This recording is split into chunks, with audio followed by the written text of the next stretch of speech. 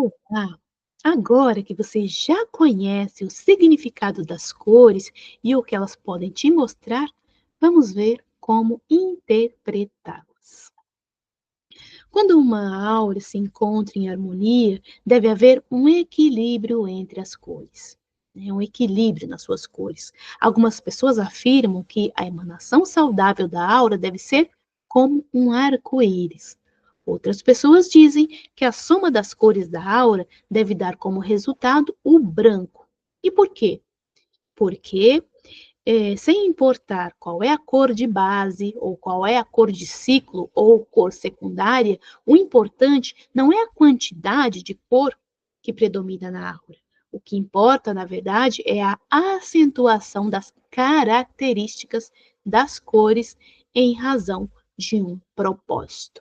Então, a cor de base da aura é definida por dois fatores. Primeiro, a bagagem de conhecimento já adquirida, que é proveniente de outras existências, e ou a necessidade de desenvolver ou aperfeiçoar determinado aspecto da personalidade e vivenciar certas experiências para as quais a pessoa já possui um terreno fértil. Essa é a razão pela qual certas pessoas conseguem manifestar sua cor de base em sua versão funcional com mais facilidade. Algumas vão conquistando esse acesso ao longo da vida e outras atravessam algumas existências físicas até atingir o seu objetivo. As cores secundárias, nesse sentido, elas se apresentam como caminho e, ao mesmo tempo, como recursos que auxiliam no processo de expansão de consciência e, consequentemente, no acesso às características elevadas da cor de base. Se essas etapas marcadas pelas cores secundárias forem bem aproveitadas, se forem encaradas de modo funcional, a pessoa consegue atingir o seu objetivo mais rápido. Mas, se isso não acontecer, ela vai passando por diferentes oportunidades de aprendizagem caracterizadas pelas diferentes cores. E durante o percurso, enquanto o indivíduo calibra uma e outra vez, sua energia pode oscilar entre os extremos de excesso e de carência de cores, gerando desequilíbrio. Não é raro que o excesso de alguma cor na aura de uma pessoa coincida com a sua cor de base experimentada em sua versão disfuncional. E, ao mesmo tempo, isso explique a carência de alguma cor. Quando isso acontece, tanto o excesso quanto a carência podem permanecer ali durante um período prolongado, até que a sua consciência comece a se expandir. Uma pessoa que expressa o vermelho como cor de base em sua versão disfuncional, por exemplo, pode funcionar durante boa parte da sua vida com um excesso de vermelho na aura e, ao mesmo tempo, com a carência do violeta. Isso poderia se manifestar em um grande apego à matéria e uma desconexão da espiritualidade. Além dessa possível ligação entre a cor de base e o excesso e carência de cores na aura, o excesso e a carência também podem estar relacionados com a cor secundária vivenciada em sua versão disfuncional. Porém, nesse caso, esse desequilíbrio tende a durar o tempo que durar a etapa que a pessoa está atravessando. A carência e o excesso podem durar pouco.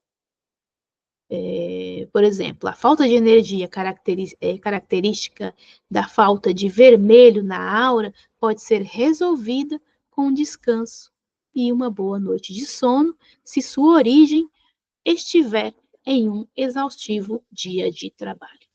Portanto, o desequilíbrio por uma carência ou por um excesso de alguma cor na aura pode ser de curta, de média ou de longa duração.